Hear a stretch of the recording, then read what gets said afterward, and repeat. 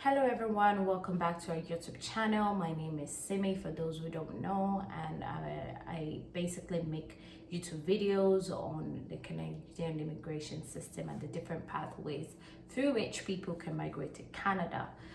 Having said that, I just have to put a disclaimer out there that the information that I provide here in this video is by no means to be construed as a legal advice. It is only for information purpose, which can be found anywhere on the internet, or if you speak to anyone who is well informed about the Canadian immigration process.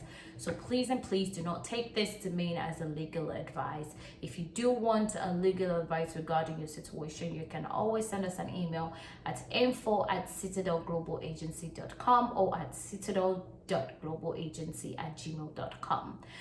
The contact information will also be provided in the description box below this video.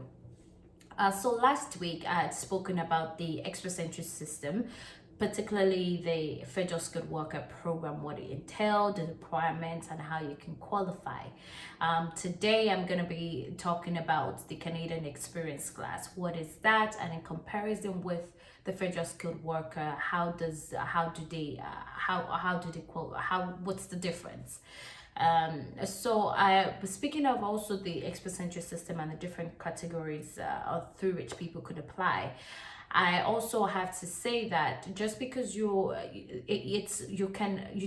not limited to just one particular program. If you do have experience abroad, and for some reason, for however fortunate you have been, you're able to get Canadian experience as well, you can qualify under both categories. So you're not limited to qualify to only one program. You can qualify to both, or even all three programs, which is the third being the federal skilled trades program. The only difference is that the requirements of both for under these programs are different depending on the program that you apply for. So like I said, I'm going to be talking about the Canadian experience class. If you haven't watched our last video about the federal skilled worker, please go ahead and watch that for better understanding. I'm also going to be making a bit of comparison so you have a better understanding of what these programs entail and their differences. So what is the Canadian experience class? The Canadian experience class is for people who have obtained work experience in Canada, allows them to apply for permanent residence, provided that they meet the eligibility requirements. Now, let's talk about what is required under the Canadian experience class. So I had said in my last video that for the federal skilled worker, one of the major requirements is the language. Is the language test. I said in my last video that everyone is required to do the English test, regardless of where you're from, regardless of whether or not you have studied in Canada or not, regardless of whether you can prove that your ancestors are British people and English is your first language. Everyone, if you want to migrate to Canada permanently, you have to take the English test. Now, the only difference is that with the federal skilled worker program, you're required to have a CLB 7, which is the Canadian language benchmark. You have to have a 7 in all sections of the test for you to be able to be eligible. However, and that's regardless of the occupation as well. So whether you're a lawyer, administrative assistant, whatever the case may be, you have to have a CLB 7. Under the Canadian experience class, however, if you're a professional skilled trade, or if you're under the profession as a skilled trade, so legal admin, administrative assistant, information technology assistant, all of those things, you can get a CLB 5, which is the minimum. Minimum requirement is CLB 5. If you're a lawyer or a medical doctor, you're considered a higher profession. So the understanding is that your English requirement has to be higher than one who is a legal assistant. In that case, you see the language requirement is CLB 7, and those are the NOC 0 or A. Maybe in another video I might do a different, I might clarify or explain what these different occupation codes means and what occupations fall under them. So that's one of the requirements, the language test. The second thing is the education. Now, for the Canadian experience class, education is not a requirement. You don't have to have a bachelor's degree for you to qualify. The only difficulty with that is that it's difficult for someone who has a high school diploma to qualify, to get enough points to be invited under the Canadian experience class. And that's just because the competition is quite high. So you have to be able to, you have to make yourself very competitive when you enter into the pool. And for you to be able to do that, you need to have at least great points in all the eligibility requirement sections, right? So even though it says that there's no minimum education requirement, it's still advisable for you to at least have a bachelor's degree if you want to really have a good chance at being invited to apply for permanent residence.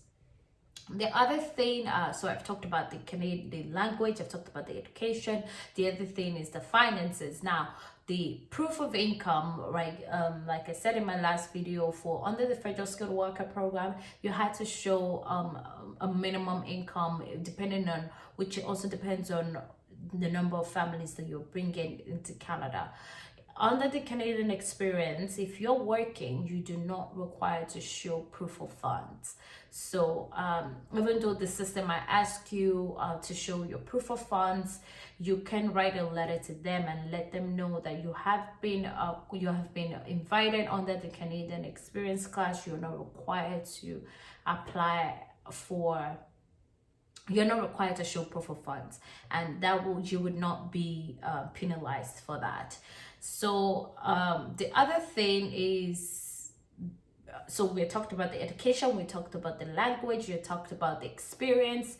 We haven't talked about, so the experience is the next thing that we have to talk about. So we talked about the education, we talked about the language, and we've talked about the proof of funds. So now for the experience. For the experience, you're required to show 1 year full-time or part-time equivalent to be able to qualify under the Canadian experience class. The difference between this Canadian experience class and the work experience that you have to show for the Canadian experience class and the federal skilled worker program is that the Canadian experience class does not require your experience to have been continuous. So for the federal skilled worker, you have to have worked, say for example, from January up until December. You cannot work January to April. You work at a different firm, May to December. You cannot do that. However, under the Canadian experience class, you can work January to April as a different profession, maybe a legal assistant, and then you decide to work as a administrative assistant or still a legal assistant, but with a different firm from March to maybe you did January to April in the first office, then you have to do May to December. You can do May to December in a different company. So it allows you to get your experience without the requirement for it to be continuous. And also one thing about the Canadian experience class is that your occupation doesn't have to be the same. It has to be in the same classification code. So as long as it's in the same, maybe 21212, for example, and which is all administrative assistants, or which also include legal admin, administrative assistant, office manager, all of those things. You can, as long as in the same NOC code, you are eligible to apply. You can, and you have your 1 year experience, you will qualify for the Canadian experience class. So that's that.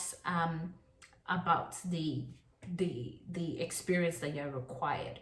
Additionally, you can also get more points based on, so those are the minimum requirements. However, you can get more points for having studied in Canada. If you have siblings, you can always study in there. So I'm just gonna make sure that I have sorry, I'm just looking at my notes here just to make sure that I've covered everything, which I believe I have. Okay, one thing that I just wanted to mention is that I know that as a federal skilled worker, I had said that you have to get your experience either 1 year in the space of 10 years. So within the past 10 years, you had to have at least 1 year experience as a federal skilled worker. The Canadian experience requires you to have 1 year experience within the past 3 years. So that's usually like the confusion and the deterrent factor there, when sometimes people might have overlooked that. Your experience can either be full-time or part-time. So if it's part-time, you're looking at 2 years, but it has to have been within the past 3 years. Anything longer than that, your experience would not count. Obviously, the younger you are, the better chances you get to get an invitation to apply.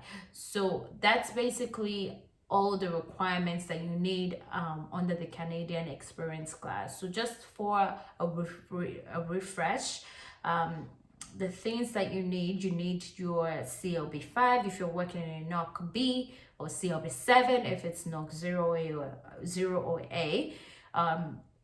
1 year experience, either full-time or 2 years equivalent part-time, within the last 3 years for you to qualify.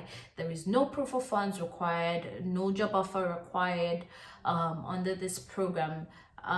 Your education, minimum education requirements is, there's no minimum education requirement for the Canadian experience class. So those are the things that we've talked about. In our next video, we'll touch on the federal skilled trade program.